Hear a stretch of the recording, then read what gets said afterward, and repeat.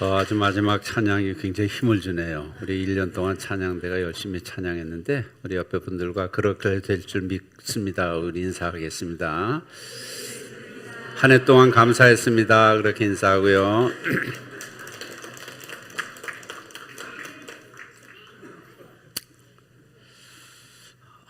제가 깜빡깜빡 연식 탓인지 깜빡깜빡 하는데 오늘 애찬식에 떡이 있습니다. 광고에 안 나가가지고요. 우리 김희갑 장로님, 허미옥 권사님 가정에서 은혜에 감사해서 떡으로 우리 섬겨주셨습니다. 우리 이 시간 박수 한번 하실까요? 광고에 나간 것보다 더 좋죠? 그런 것 같아요. 제가 그렇게 광고를 하기 때문에 그래. 우리 부모님의 안타까움은 자녀들이 제대로 성장하지 않는 것입니다. 그 성장이라고 말하는 것에는 물론 몸의 육체적인 성장도 있지만 정신적으로는 성장, 또 믿음의 가정들은 영적으로 성장하지 않으면 부모들의 마음이 굉장히 안타깝습니다. 제가 인터넷에 보니까 31년 동안 자라지 않는 딸이 있어요. 한번 영상으로 좀 잠깐 보실래요? 31년 동안 안 크는 거예요, 애기가. 딸을 세상에 소개하고 싶다는 아빠의 편지. 따님을 소개한다고요? 예, 우리 딸이 이렇게 제일 좋은 자리에서 지금 기다리고 있을 거예요. 이쪽으로 오시면 돼요. 언니 안녕. 방 안에서 마주한 딸은 우리 예쁜 딸의 한눈에 봐도 몹시 안타까워 보이는 모습. 지금 좀 어릴 때부터 좀 몸이 안 좋아가지고 지금 나이가 지금 31살인데 아직까지 지금 성장은 멈춰 있는 상태입니다. 31살이라고요? 예. 이제 안녕하세요. 31살 나이가 믿기지 않는 몸. 1m 남짓한 키에 부러질 듯 앙상한 팔다리. 어떤 말도 내뱉지 못한 채 갓난아기처럼 젖병을 물고 있다. 저 아기 때부터 지금까지 31년 동안 물고 있는데요. 다른 거 이유식도 만들어서 먹여보고 다 해봤는데 다 토가 안 맞아가지고 지금 우유만 먹고 있습니다. 지금. 뜻대로 움직일 수조차 없는 팔다리는 심하게 뒤틀린 채 굳어져 있었다. 뒤로 이렇게 굽혀지긴 하는데 펴지지가 않아요. 저희가 마사지를 많이 해보고 이렇게 여러 가지 방법을 써보는데도 쉽게 안 되더라고요. 단 한 번 걸어보지 못했고 뭘 집을 수도 없는 상황. 딱딱하게 굳어버린 아이의 몸으로 지금껏 지내왔다고. 뇌성 마비여고 그쪽으로 그게 정확한 병명으로 알고. 어릴 때 좀 진료도 해봤는데 좀 가능성이 이바크다고서 이렇게 집에서 잘 보살핀다고 나름대로 했는데도 지금 성장이 멈춰있는 상태. 그럼요. 지금도 너무 말랐는데. 표정을 찡그리고 우는 걸로 감정을 표현한다는 송이 씨. 아빠 해줄게. 어디가 안 좋은가 봐요. 해줄게. 아빠는 곧바로 딸의 불편함을 알아챈다. 희한하지? 아이고, 네, 이 표정이 제일 됐습니다. 좋은 표정. 31년 동안 자라지 않는 딸의 모습을 보는 부모님의 마음은 어떻겠습니까? 교회도 이런 사람이 있을까요? 없을까요? 대답 안 하시는 거죠, 일부러. 자라지 않는 성도 있을까요? 없을까요? 많습니다. 그래서 오르티즈라는 목사님은 교회는 거대한 유아원과 같다. 어린이집과 같다. 영적으로 성장하지 않는 거예요. 나아지지 않는 그런 모습이 있습니다. 어제는 우리 조용식 목사님의 새 생명의 정체성이라는 강의가 있었어요. 일단 온라인으로 진행되는 강의였는데 물론 교회에서는 모여서 같이 보기도 했고 또 줌으로 우리 교회 성도님들 한 50여 분이 온라인에 새 생명의 정체성이라는 강의를 온라인으로 어제 들었습니다. 그래서 앞으로 2월 8일과 15일 토요일 두 번에 그 목사님 오셔서 강의를 하실 거예요. 그래서 그 전에 우리가 줌으로 이렇게 공부하는 시간을 갖게 되는데 많은 성도님들이 참여를 하셨어요.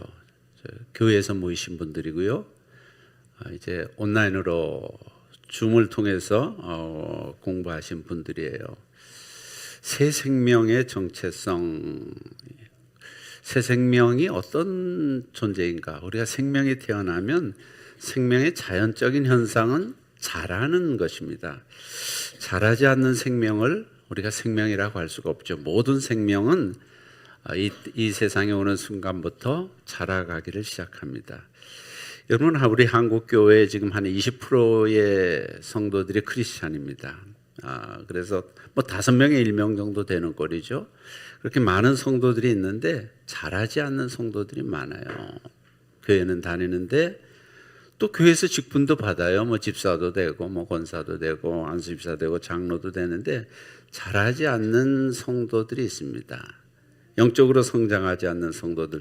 오늘 베드로는 이 베드로 후서는 거의 제일 늦게 쓰여진 책이에요. AD 60년에서 64년 그 기간이니까 예수님 오신 후 30년 이후에 쓰여진 책이기 때문에 거의 마지막에 베드로가 유언처럼 쓰고 있는 책입니다. 근데 교회 안에 보니까 오래된 성도들 가운데 자라지 않는 성도들이 많은 거예요. 그래서 오늘 말씀에 주 예수 그리스도와 그를 아는 예 가운데서 자라가라 이렇게 권면하고 있는 겁니다. 여러분, 지금 그 당시는 지금과 좀 다르게 이단도 많고 또 세상 사람들도 많이 있고 무법한 자들도 많이 있었던 영적 무질서가 있었어요. 그런 가운데서 성도들이 자라지 않으면 백전백패예요. 다 치는 거예요. 세상에 치는 거예요. 그래서 너무 안타까워서 자라가기를 시작하라. 그런데 자라감의 시작은 따라합시다. 새 생명. 말씀드렸죠? 생명은 자라게 되어 있습니다. 모든 생명들은 태어나면서부터 자라간다는 거예요. 어디까지 자라야 되는가? 베드로후서 1장 4절에 바로 같은 편지 앞에 보면 신의 성품에 참여하는 자가 되기를 원한다. 이건 누구만큼 자라는 거죠? 누구만큼? 하나님만큼, 예수님만큼 자라도록 우리들에게 말씀해 주시고 계세요. 그래서 성도들은 이 세상에서 태어나서 새 생명을 얻으면 계속 자라서 신의 성품, 예수님을 닮기까지 자라가는 것이라고 말씀합니다. 우리 여름 수련회에 암송했던 말씀이 있죠. 고린도후서 5장 17절 중림 때 흰 그리스도 다 같이 한번 하겠습니다. 시작. 누구든지 그리스도 안에 있으면 새로운 피조물이라 이전 것은 지나갔으니 보라 새 것이 되었던. 뭐 여러분 자막 없어도 할 수 있는 거잖아요. 그렇죠? 아멘.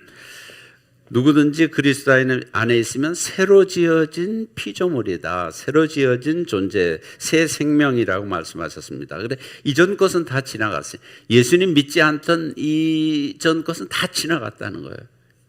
우리는 다 그래야 되거든요. 그래서 새 생명은 이전 것은 지나가고 새로운 생명, 새 피조물, 새 것이 되었도다.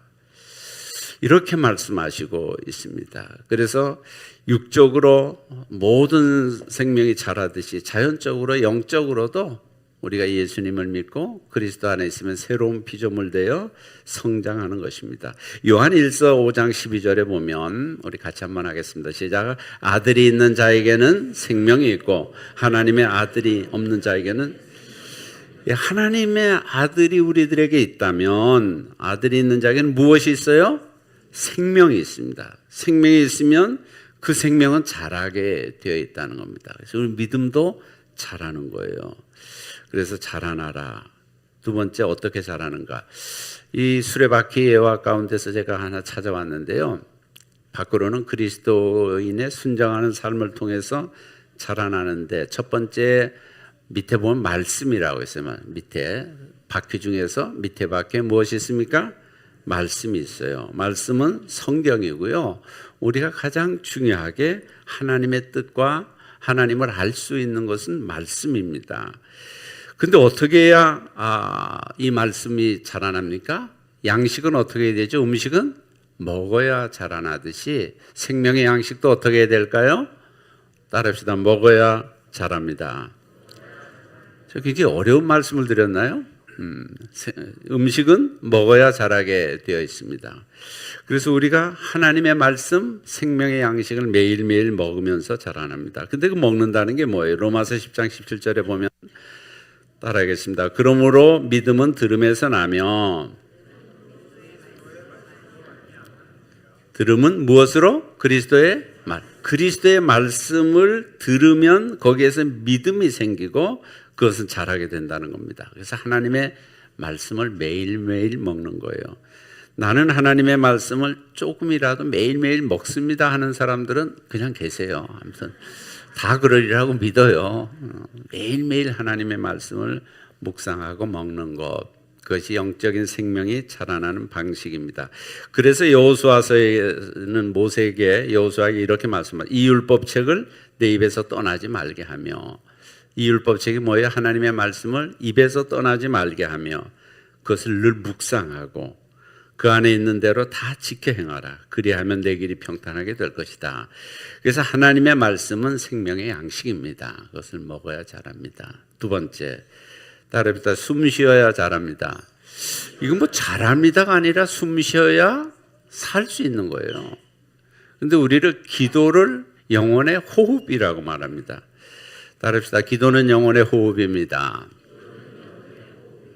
이 영적 새 생명은 호흡 없이는 자랄 수가 없어요. 아니 죽습니다. 그것이 곧 기도인데 우리 마태복음 7장 7절 잘 아시죠? 이것도 같이 읽겠습니다. 구하라 그리하면 너희에게 주실 것이요 찾으라 그리하면 찾아낼 것이요 문을 두드리라 그리하면 너희에게 열릴 것이니.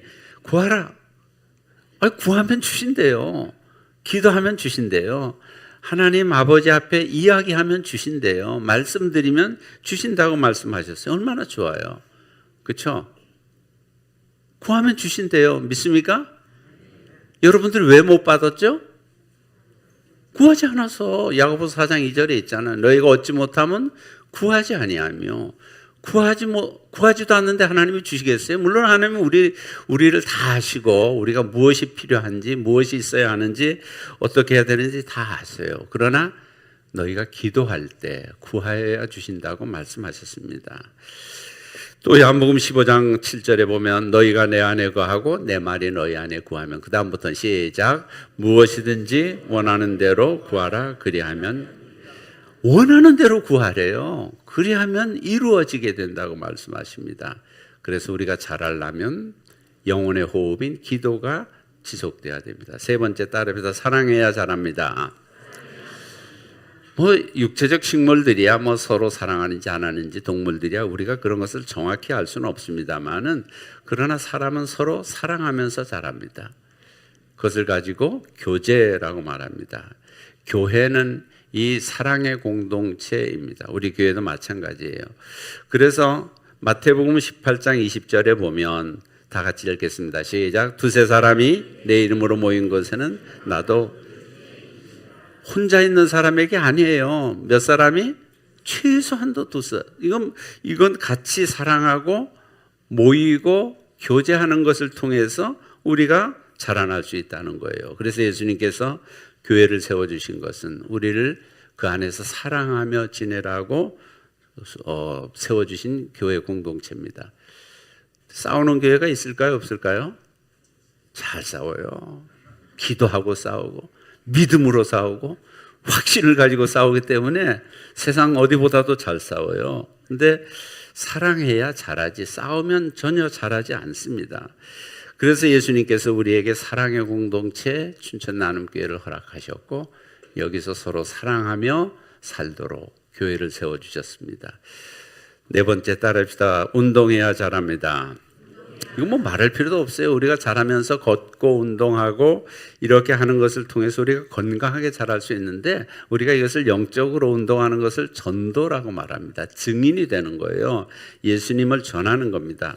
지상 명령 하나 있습니다. 사도행전 1장 8절 너무 잘 아시죠? 오직 시작. 오직 성령이 너희에게 마시면 너희가 권능을 받고 예루살렘과 온 유대와 사마리아와 땅끝까지 이르러 내 증인이 되리라. 사마리아와 땅끝까지 이르러 증인되는 것이 우리의 사명입니다. 그래서 우리 1월 달에 우리 그림 1대1 팀과 의료 선교팀이 필리핀 보홀 지역에 갑니다. 왜 그 먼 데까지 가서 많은 비용을 쓰고 에너지를 낭비하고 오가고 합니까? 오늘 아침에 보니까 비행기 사고도 크게 났던데 불안한 비행기를 타고 갑자기 불안해지는 많은 사람들이 무안공항에서 죽었더라고요. 참 안타까운 소식을 들었는데, 그래요. 그렇지만 사명이기 때문에 그래요. 주님이 우리에게 주신 사명. 복음을 전하는 것, 운동하지 않으면 활동하지 않으면 우리 몸이 정상적으로 건강하게 생활할 수 없듯이 영적으로도 우리가 활동하고 운동하는 것을 복음을 증거하는 것으로 말하고 있습니다. 그렇게 해야 자랍니다. 이게 수레바퀴 4가지에 나와 있는 이야기입니다. 그럼 무엇이 자라야 합니까? 우리 베드로후서 3장 18절 다시 시작. 오직 우리 주 곧 구주 예수 그리스도의 은혜와 그를 아는 지식에서 자라가라. 금방 깜빡 다 잊으셨죠? 거기 보면 2가지에서 자라가라. 따라합시다. 예수 그리스도의 은혜, 또 그를 아는 지식.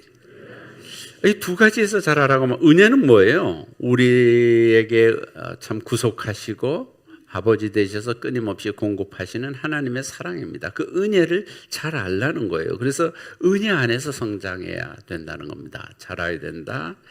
어린아이들은 선물을 준 사람보다 선물 자체에 관심이 있을 수 있어요. 그러나 성장하게 되면 선물을 주신 부모님께 감사하고 준 사람에게 감사하듯이 우리에게 이 모든 선물과 풍성한 선물을 주신 하나님의 은혜에 감사하는 거예요. 2번째는 지식 안에서 성장합니다. 따라합시다. 지식 안에서 성장합니다. 그럼 어린아이들은 분별력이 없을 수 있어요. 어른보다 분별력이 없고 또 어떻게 무엇을 해야 되는지 무엇을 먹어야 되는지 먹지 말아야 되는지도 잘 모를 수 있어요. 그러나 지식이 생기면 자라게 되면 그것을 잘 분별할 수가 있죠. 그래서 우리가 지식 안에서 하나님의 백성들도 새 생명이 태어나서 자라는데 자라는 그 과정에서 지식이 있어야 돼요. 그래서 우리 아까 말씀드린 것처럼 막 이렇게 새 생명의 정체성 공부도 하고 제자 훈련도 하고 목장 모임에서 말씀도 나누고 하는 이 모든 행위들은 하나님 안에서 자라는 지식의 수단입니다. 그 안에서 자라야 된다는 사실입니다. 자, 오늘 말씀 다시 한번 읽고 우리가 마무리하겠습니다. 다 같이 읽습니다. 오직 시작. 오직 우리 주 곧 구주 예수 그리스도의 은혜와 그를 아는 지식에서 자라가라. 옆에 분들과 함께 인사하겠습니다. 자라갑시다. 성장합시다. 성숙합시다. 신의 성품에 참여합시다. 그러는 우리 성도들 되시기를 주의 이름으로 축복합니다. 기도하겠습니다. 하나님 감사합니다. 오직 예수 그리스도의 은혜와 그를 아는 지식에서 자라가라고 마지막 유언처럼 한 베드로의 말씀을 듣습니다. 하나님이 우리에게 주시는 말씀입니다.